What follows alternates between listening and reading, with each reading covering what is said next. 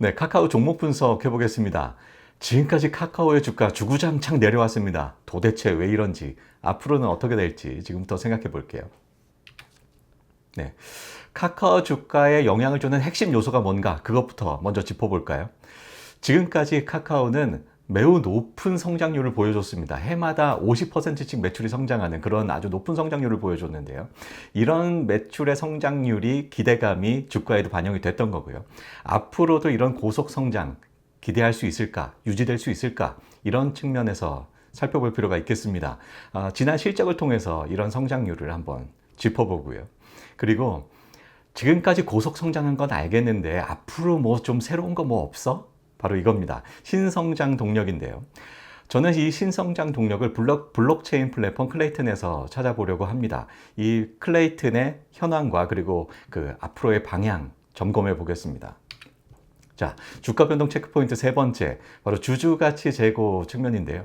지금까지 카카오는 아주 많은 사업들을 버리면서 그 사업들을 다 자회사로 쪼개서 만들고 또 하나하나 상장을 합니다. 이러면서 주주 가치를 아주 훼손하는 그런 일도 했고, 또 최근에 이 경영진들이 주식을 팔아요. 그래서 먹튀 논란까지 벌어졌습니다. 이런 그 우려들을 불식하고 이 주주 가치를 제고하기 위해서 최근에 이 카카오가 뭐 목표 주가도 공격적으로 제시를 하고 뭐 배당도 하고 자사주 매입 및 소각도 하겠다 뭐 이런 것들을 제시를 했는데요. 그 내용이 뭔지, 그리고 주가에는 얼마나 영향을 미칠 수 있을지 생각해 보겠습니다. 네 번째, 금리 인상 이슈입니다. 이 카카오만의 이슈는 아닙니다만 이 금리 이슈가 카카오의 주가를 또 상당히 누르고 있는 측면이 있어서 소개를 안 해드릴 수가 없는데요. 이 금리 인상 왜 이렇게 카카오에 큰 영향을 주는지 짚어보겠습니다. 자, 주가 변동 체크 포인트 첫 번째, 고속 성장 유지 가능할 것인가 알아보겠습니다. 먼저 이 카카오의 사업 구조를 알아볼 필요가 있는데요. 카카오는 아주 많은 사업들을 벌입니다. 그래서 지금 정리하기가 좀 쉽지가 않은데, 크게 보면 플랫폼 사업과 컨텐츠 사업 이렇게 두 가지로 분류해 볼 수 있겠습니다. 플랫폼은 여러분들 뭐 늘 하시는 카카오톡, 이게 또 하나의 플랫폼이고요. 컨텐츠는 뭐 웹툰이나 뭐 게임 이런 것들이 컨텐츠죠. 플랫폼은 2021년에 매출이 3조 2천억 원, 그 전년 대비 44% 성장을 했고요. 그리고 컨텐츠는 비슷한 수준이네요. 2조 9천억 원의 매출을 올렸고 52%의 성장률을 보였습니다. 앞서서 말씀드린 대로 아주 고속 성장을 하고 있다는 것을 알 수 있죠. 그리고 플랫폼은 톡비즈, 포털지즈, 비즈, 또 기타 플랫폼 이렇게 크게 보면 또 세 가지로 나뉠 수 있는데, 이 중에서 카카오의 주요 사업이다라고 하면 역시 이 카카오톡 앱을 통한 톡비즈입니다. 이 톡비즈의 매출이 1조 6천억 원으로 다른 사업들 중에서 가장 매출 비중이 높죠. 이 톡비즈가 주요 사업이다라고 볼 수 있고요. 그리고 카카오가 다음을 인수했습니다. 그래서 포털이 생겼어요. 이 포털 비즈가 5천억 원의 매출을 올렸네요. 뭐 톡비즈보다는 좀 열세고요. 그리고 기타 플랫폼들이 있습니다. 여러 가지 플랫폼들이 있죠. 뭐 모빌리티, 페이, 엔터프라이즈 뭐 여러 가지 플랫폼들이 있는데, 이 플랫폼들을 통해서 또 1조 1천억 원의 매출을 올렸습니다. 이 자회사들 실적이고요. 또 컨텐츠는 크게 게임, 뮤직, 스토리, 미디어 이렇게 네 가지로 분류해 볼 수 있고요. 역시 다 자회사들이죠.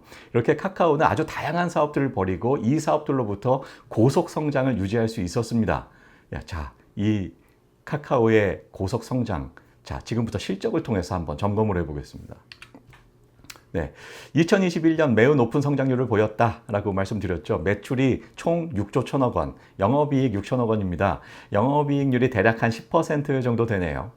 카카오 같은 빅테크 기업이 영업이익률 10%다라는 것은 다소 좀 부족합니다. 참고로 네이버는 해마다 약 20% 수준의 영업이익률을 보여줘요. 그에 비하면 많이 열세죠. 이 비용 구조의 개선이 필요해 보인다. 그렇게 좀 진단을 볼 수 있을 것 같고요. 2021년 작년에 매출 48%, 영업이익 30% 수준의 성장률을 올렸습니다. 이거는 사실은 2020년 무슨 일이 있었죠?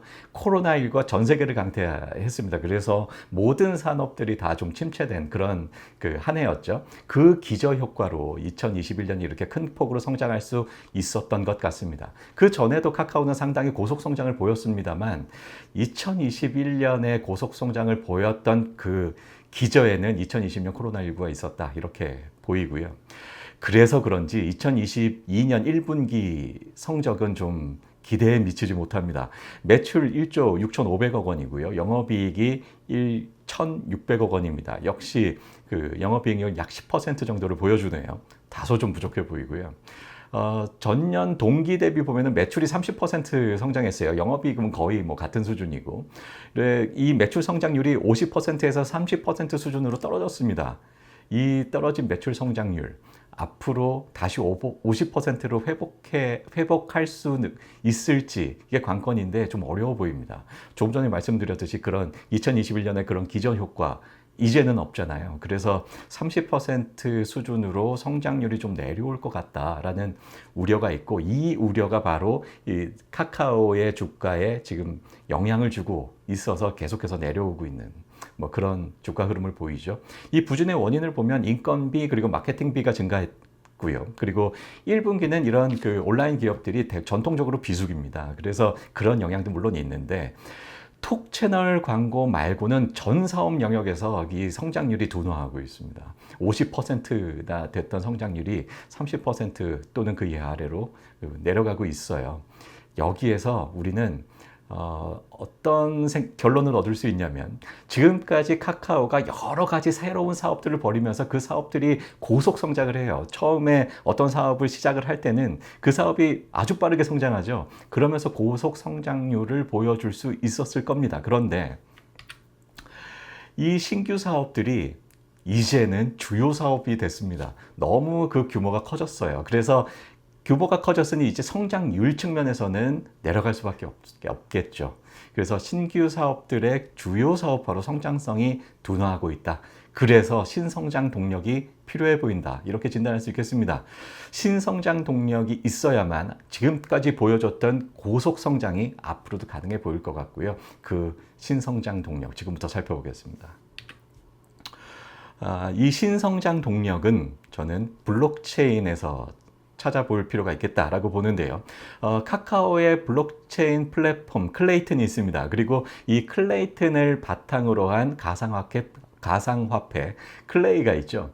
이 블록체인 플랫폼 클레이튼을 바탕으로 해서 P2E 게임 서비스도 진행을 하고 있고요. 이 게임 그 서비스사들이 다 그 조인을 하고 있죠. 그리고 NFT도 반영을 하고 또 메타버스 플랫폼도 구축하고 있습니다.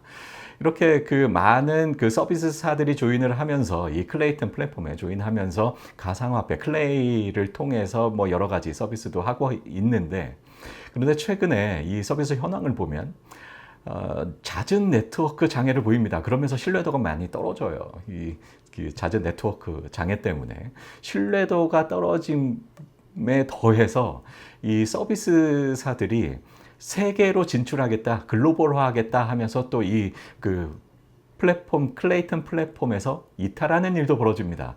그래서 이 클레이튼이라는 플랫폼이 국내용이다라는 한계를 지금 보여주고 있는데요. 그래서 이 카카오도 가만히 있지 않죠.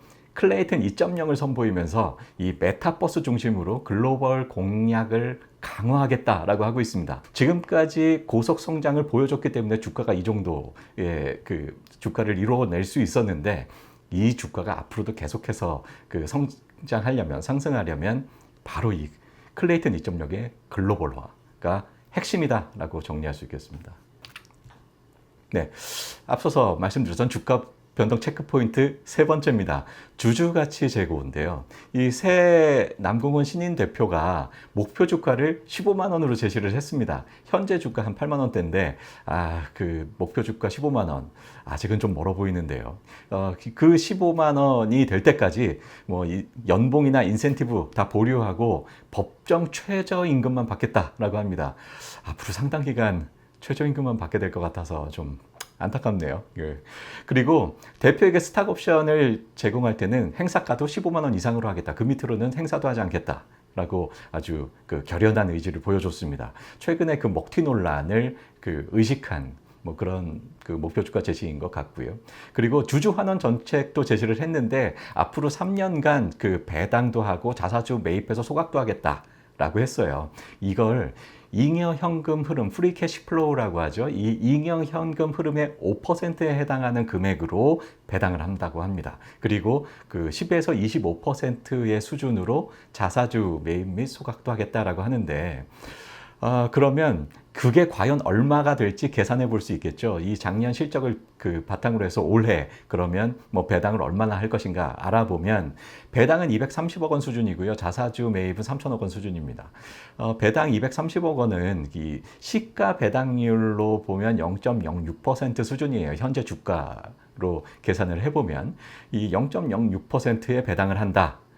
내가 1억 원어치 카카오의 주식을 샀다고 한다면 1년에 0.06%면 6만 원이네요.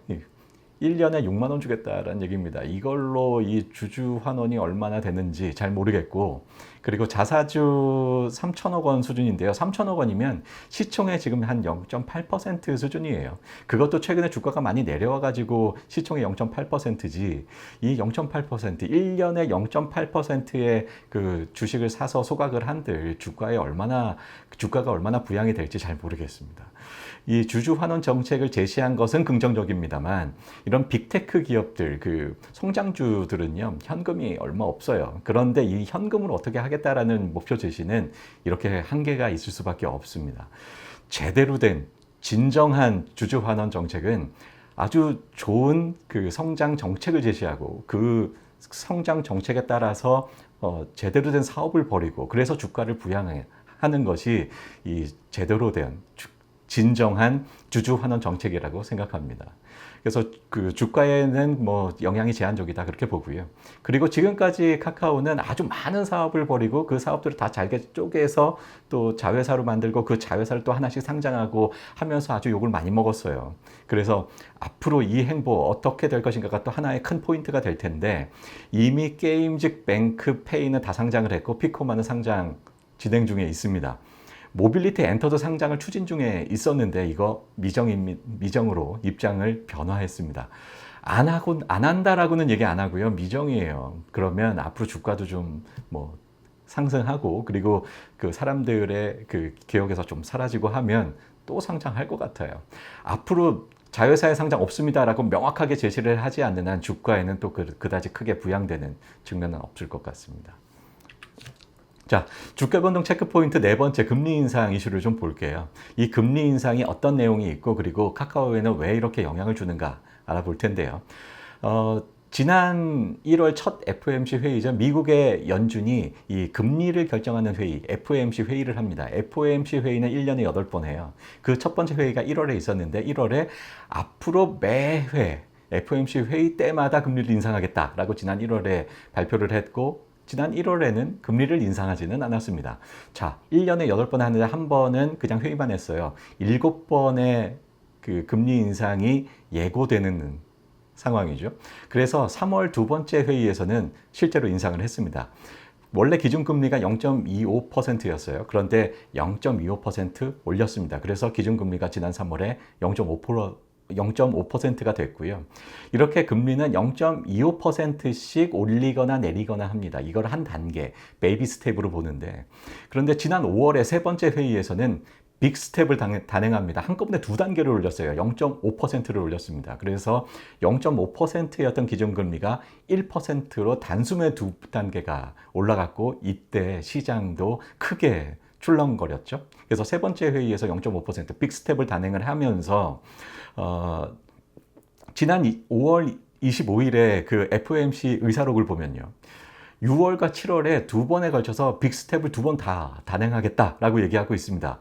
따라서 0.5%씩 두 번, 또 1%가 또 올라요. 앞으로 두 번이 또 오릅니다.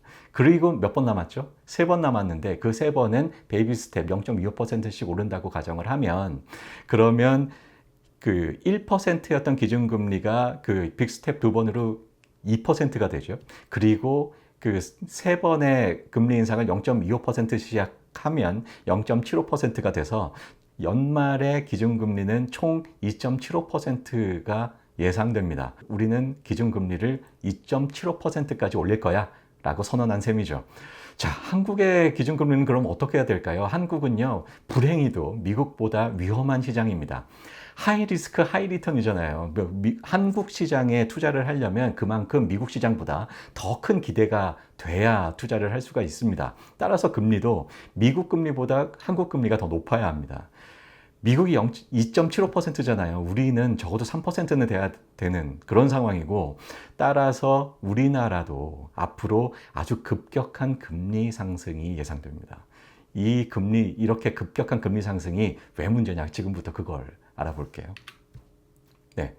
카카오 같은 가치주는 이런 금리가 특히나 더 고통스럽습니다. 왜냐하면 금리가 오르면 모든 회사들이 다 이 금리에 대한 이자 부담이 생기죠. 그런데 그 가치주들, 성장주 대비 가치주들은 현금이 많아요. 그래서 이 이자 부담이 상대적으로 좀 덜합니다. 역시 고통스럽습니다만 이자 부담이 좀 덜해요. 그런 측면이 있어요. 따라서 이 성장주들이 이 금리에 대해서 더 고통스럽고, 또 성장주들은 앞으로 크게 성장할 것을 기대해서 미래의 실적을, 미래의 가치를 현재 가치로 환산해서 현재 이 주가가 형성되어 있는 겁니다. 그 미래 가치를 현재 가치로 환산할 때 그 할인을 하게 되는데요. 이 할인을 바로 금리에 의해서 할인을 하게 됩니다. 자, 뭐 예를 들어 볼까요? 현재 내가 10,000원을 가지고 있고 금리가 10%다라고 한다면 1년 후에는 이 10,000원의 금리 10%, 1,000원까지 더해서 1년 후에는 11,000원이 되죠. 1년 후에 11,000원이나 현재의 10,000원이나 같은 가치다라고 볼 수 있습니다. 이때 미래 가치 11,000원이 현재 가치 10,000원으로 환산되면서 할인됐죠. 할인될 때 적용된 것이 뭘까요? 바로 금리입니다. 금리 10%가 적용돼서 그만큼 할인이 돼서 현재 가치로 10,000원이 환산됐죠. 자, 이렇게 금리가 높으면 미래 가치가 크게 할인돼서 현재 가치로 환산돼요. 최근에 금리가 가파르게 오르고 있고, 카카오는 미래 실적이 매우 높을 것 같은 그런 성장주예요. 미래 가치가 금리에 의해서 많이 할인돼서 현재 가치로 환산되기 때문에, 그래서 최근에 주가가 또 이렇게 금리 때문에 많이 떨어지게 됩니다. 그래서 이 성장주들이 그 높은 금리에 특히나 더 고통스럽고, 물론 그 카카오 같은 성장주들만 고통스러운 게 아닙니다. 주식시장 전반에서 높은 금리를 따라서 빠져나가요. 주식시장에서 전체적으로 그 자금이 빠져나가서 높은 금리를 따라서 흐르게 되기 때문에 이 주식시장 자체가 그리 좋지 못하죠. 작년 여름부터 하반기부터 계속해서 우리나라 주식시장은 내리막이었습니다. 바로 인플레이션에 의한 금리 인상 우려 때문이죠. 그래서 이 금리 인상이 최근에 주가의 흐름에 매우 안 좋은 영향을 주고 있고, 카카오도 그런 실적에 대한 의문과 함께 이 금리 인상 이슈가 있었습니다. 자, 지금까지 여러 가지 말씀드렸는데요. 한번 정리를 좀 해볼까요? 첫 번째, 신규 사업의 주요 사업화로 성장률 둔화가 우려된다, 이런 말씀 드렸고, 그래서 신성장 동력이 필요하다, 이런 말씀 드렸고, 두 번째, 이 신성장 동력, 블록체인에서 찾아볼 수 있는데 이게 글로벌화를 추진하고 있고 이거 지켜봐야 할 문제다. 즉, 다소 좀 시간은 필요할 것 같다. 이런 포인트 말씀드렸습니다. 그리고 세 번째, 주주가치 제고, 그 규모가 제한적이다라는 말씀드렸습니다. 그래서 주가의 영향도 그리 좀 미미할 것 같고요. 그리고 네 번째, 금리 상승. 이 금리 상승이 현재 주가를 누르고 있는 주요 원인이다, 이렇게 볼 수 있겠습니다. 이렇게 네 가지 말씀 드렸고요. 이마저도 한 줄로 요약하면 중장기 성장 동력은 보유하고 있는 것으로 보입니다. 그런데 단기 주가 동력은 좀 제한적인 그런 상황으로 한 줄 요약할 수 있겠습니다. 그런데 최근에 카카오의 주가가 많이 내려왔어요. 분명히 하방 경직성이 있는 구간으로 보이고요. 그래서 중장기 성장 동력을 믿고 지금부터 장기적인 관점에서 조금씩 비중을 늘려가는 것도 하나의 방법이다라고 볼 수도 있겠습니다. 자, 지금까지 소개해드린 내용을 바탕으로 해서 밸류에이션 한번 해보겠습니다. 밸류에이션을 통해서 또 목표 주가까지 설정을 해볼게요.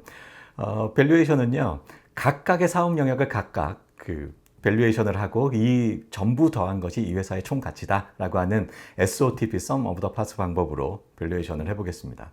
카카오는 사업 가치, 자회사 가치, 그리고 순현금, 이렇게 크게 보면 세 가지의 가치로 나뉠 수가 있고요. 먼저 사업 가치 살펴보겠습니다. 네, 사업 가치는 카카오톡 다음을 통한 광고가 있고요. 또 커머스 상거래가 있습니다. 광고는 net profit margin이라고 있어요. 이 순이익률인데요. 어떤 그 회사의 그 사업들이 각각이 다 뭐 매출, 영업이익, 수익이익들이 구해주면 좋지만 그게 어려울 때 매출의 순이익률 몇 프로 해가지고 순이익을 보겠다라고 하는 겁니다. 이런 그 빅테크 기업들의 광고 그 순이익률은 보통 한 30% 정도 보고요. 그래서 이 30%를 적용했습니다. 그리고 이 순이익 30%의 멀티플, 여기서 순이익에 곱하는 멀티플 PER을 적용을 했고, 여러분도 PER 잘 아시죠? 이 PER을 곱했고, 이 PER은 카카오의 최근 그 좀 낮아진 그 가치를 반영해서 이전보다 좀 낮은 PER 25를 적용을 했고요. 그래서 그 카카오 다음을 통한 광고의 가치를 구했습니다. 그리고 커머스 부분은, 커머스는 총 거래액이 중요한데요. 이 총 거래액의 그 PSR, 주가 매출 비율이라고 있어요. 어떤 회사가 그 매출 100억 원이 났다. 그런데 이 회사의 그 가치를 100억 원으로 보겠다. 그러면 PSR 1인 겁니다.